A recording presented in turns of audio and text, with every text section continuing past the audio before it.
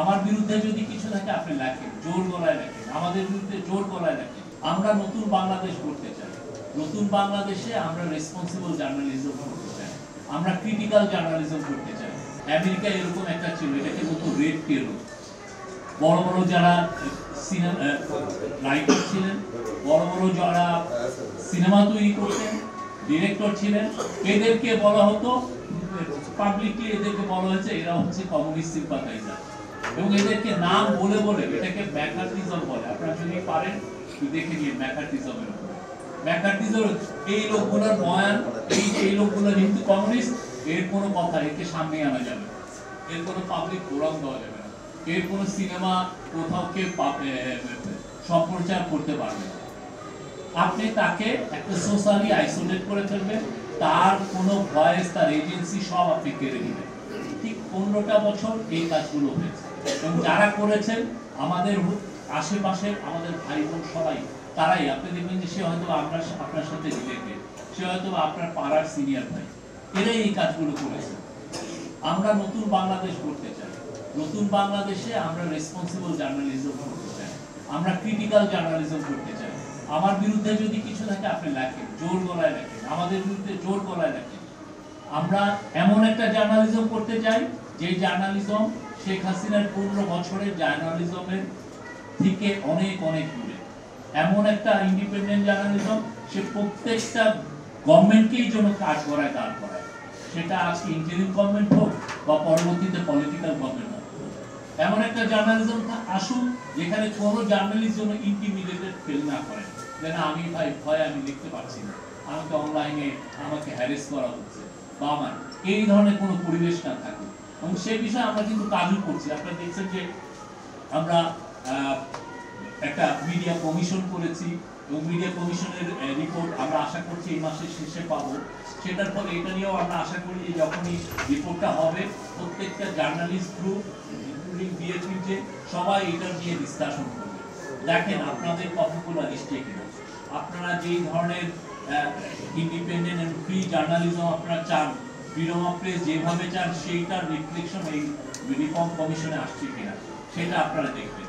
এবং আমরা আশা করি আমরা নতুন একটা মানে ফ্রি প্রেস পাবো, যেখানে সবাই অকুত ভয়ের মতো, সবাই যে কোনো পাওয়ারফুল পিপলকে তারা যেন অ্যাকাউন্টেবল করতে পারে, সেটা যত পাওয়ারফুলি হোক, সে আমি হই, আমাদের লিডার হোক, একটা পলিটিক্যাল পার্টির বড় পলিটিশিয়ান হোক, সবাইকে আপনি কাঠ গড়ায় দাঁড় করবেন।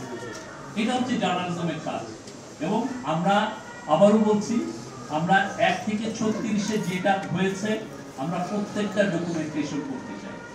যারা যারা এখানে আমি শুধুমাত্র দেখলাম হচ্ছে টেক্সটের ডকুমেন্টেশন, টেক্সটের বাইরেও তো অনেকগুলো বয়ান তৈরি হয়েছে ইউটিউবে, অনেকগুলো বয়ান তৈরি হয়েছে টক শোতে, আমি নিজে দেখেছি। আমি দু একটা বড় টিভির কথা আমি বলতে পারি, আমি নাম বলছি না, তারা এসে এসে বলছে যে এই স্টুডেন্টদেরকে বলতেছে টেরোরিস্ট। আপনি কখন একজনকে টেরোরিস্ট বলেন? সবাই মিলে টেরোরিস্ট বলা মানে হচ্ছে আপনি এই সাদিক কায়েমকে আপনি মারার একটা লেজিটিমেসি আপনি তৈরি করছেন। ওকে যখন আপনি টেরোরিস্ট বলবেন, তখন লিগালি আপনি বলবেন যে ওকে মারার একটা বৈধতা আছে। কাজটা কি? আপনি কেন তাকে টেরোরিস্ট? আপনি স্টুডেন্ট বলতে পারছেন যে আন্দোলন করছে, তাহলে তো এমন না অস্ত্র নিয়ে সে তো আন্দোলনে আসে, সে তার পা যুগল, হাত যুগল এবং মুখ দিয়ে সে তার কথা বলছে, সেটা নিয়ে তো সে পথে এসছে। কিন্তু দেখা যাচ্ছে তাকে আপনি বলছেন জঙ্গি, তাকে আপনি বলছেন টেরোরিস্ট, তাকে বলছেন যে সে কারো কারো টাকা খেয়ে এটা করছে। আপনি অনেক ধরনের কোনো সোর্সিং নাই, আপনি অনেক ধরনের আপনি গল্প থাকবেন। আবার মূল কারণটা কি? আপনি তার এজেন্সিকে কেড়ে নেওয়া, তাকে হত্যা করার লেজিটিমেসি তৈরি করা। ভয়াবহ জার্নালিজম হয়েছে। যারা এগুলো করেছেন আমি আশা করবো তারা আবার ফিরে যান, ফিরে গিয়ে দেখেন আমরা কি জার্নালিজম করেছি। আপনি এটা আর এটা মূল কারণ কি ছিল? এইগুলো করার মূল কারণ হয়তো একটা পূর্বাচলের প্লট, এইটু এটা পূর্বাচলের প্লট পেলে আপনি একটু ভালো থাকতে পারবেন, বা আপনার টাকা অ্যাকাউন্টসে অনেক টাকা, আপনার কিছু কিছু দেখছি রিপোর্ট আসছে, এক একটা সাংবাদিক, এক সাংবাদিকে দেখলাম যে তার ইয়েতে 1000 কোটি টাকার উপরে ট্রানজাকশন হয়েছে। Can you imagine? একটা সাংবাদিকের পক্ষে আপনি যদি খুব ভালো কামান, আমি 20 বছর একটা বড় জায়গায় কাজ করেছি। আপনি যদি ভালো কামান, কয় কোটি টাকা আপনি কামাইতে পারবেন সারা জীবন? এইগুলো হচ্ছে যে বয়ান তৈরির যে শিল্পে ওনারা নিয়োজিত ছিলেন, সেটারই এটা হচ্ছে ফসল ওনারা তাদের একাংশ তুলেছে। ভয়াবহ একটা সময় গেছে, আমরা সেই ভয়াবহ সময়কে দূরে সরে খেলতে চাই। আমরা নতুন বাংলাদেশ করতে চাই, এখানে সব ধরনের ভয়েস থাকবে। আমাকে ক্রিটিসিজম যে করবে খুব বড় গলায়, তাকেও আমরা ধারণ করতে চাই, তাকেও আমি এমব্রেস করতে চাই।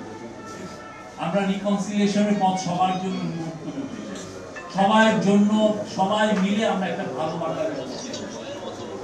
এমন একটা বাংলাদেশ যেখানে কোনো বৈষম্য থাকবে না, এমন একটা বাংলাদেশ যেখানে আপনি লেজিটিমেটলি আপনি যে কোনো মানুষকে আপনি ক্রিটিসাইজ করতে পারবেন। অবশ্যই সেটা এভিডেন্স সহ, আপনি এভিডেন্স নিয়ে যাকে ইচ্ছা আপনি ক্রিটিসাইজ করবেন, আপনাকে আপনার জন্য ইন্টিমিডিয়েশন না ফিল